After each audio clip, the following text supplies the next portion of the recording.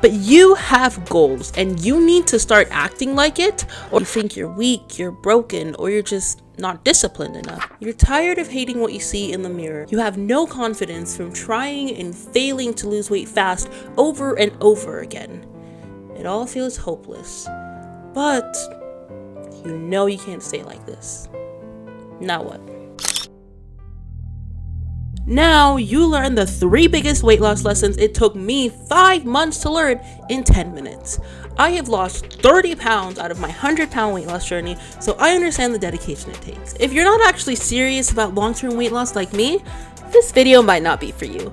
But if you actually want this to be your last weight loss attempt, let's get into your first step. Figure out why you fail. Your weight loss journey is so unique and personal that there will never be a one-size-fits-all answer to everything. You have a different mindset, a different schedule, different food preferences than Jessica on TikTok does. So figure out why you failed and make a plan to address those issues. Don't get me wrong, the general advice of incorporating balanced meals, incorporating movement into your life, and all that are absolutely true. But instead of saying, I'll just eat better, try saying, instead of overeating at night like I usually do, I will focus on getting enough energy throughout the day and I'll meal prep my snacks. Here's another example I am sure you'll relate to. You're not gonna jump into lean beef patties 2-hour workouts overnight.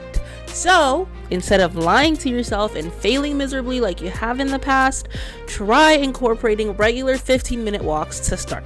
That's where I started, and I am slowly but surely working up to the workout of my dreams. It may not feel like much and it feels really slow, but you are taking action and doing much better than the day before. Also, it's about building that routine in your head. Before work, after school, whatever, it's workout time. Why? Because the key to making this all work long term is building routines and habits that work for you instead of against you.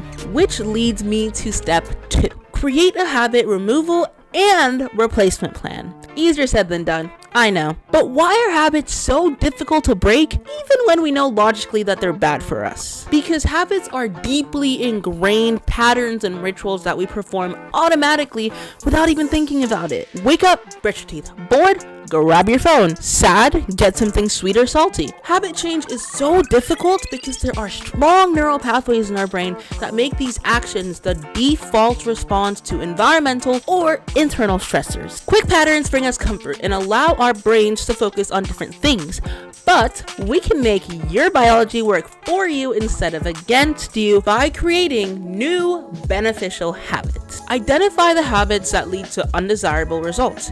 Ask yourself questions like, when does this happen? What triggers this habit? And most importantly, what purpose or reward does it serve? Second, come up with positive alternatives that serve the same purpose in your life. Slowly integrate that into your life. For example, if the habit is stress eating unhealthy foods, then replace that with another stress relief technique like an engaging hobby. Third, consistency and reinforcement. Set specific, achievable goals and get a good support system to help keep you accountable and motivated. There's obviously a lot of nuance, but like, real talk, you gotta start doing it when you don't feel like it. And I promise you, you will not feel like it. But you have goals and you need to start acting like it or you will be stuck where you are. Does this mean you won't fail anymore? Absolutely not. Failure is a part of learning, but only if you do it right. AKA the 3rd step. Stop giving up.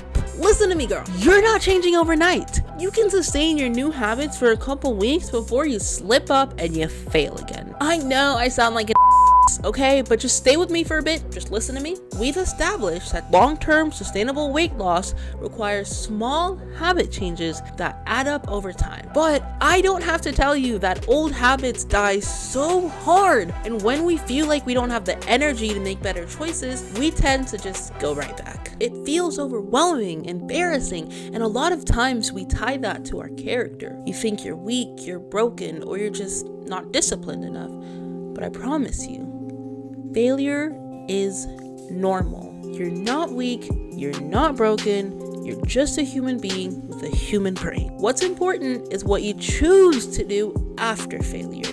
Let me demonstrate with an example. My failure usually looks like eating a bunch of junk food during a late night snack. My solution ultimately comprised of 3 things. First, I acknowledge and accept my mistake. You can't undo the past, and trying to compensate with excessive exercise or starvation will only create new problems. Second, I learned from my mistakes by analyzing what went wrong and identifying the lessons learned. I learned that I have a major sweet tooth and I need to incorporate chocolate in my day somehow. The last step is to actually take action and create a realistic plan to address the root cause. I incorporated chocolate while staying in a deficit by basically adding cocoa powder to everything that I could. 10 out of 10 would recommend. Honestly, there are a billion more things I could teach you, but this would be an hour-long video. So I have a little YouTube short series where I basically just reveal the things that I wish people told me about weight loss. But listen to me, learning this didn't happen in a couple days after doing some research.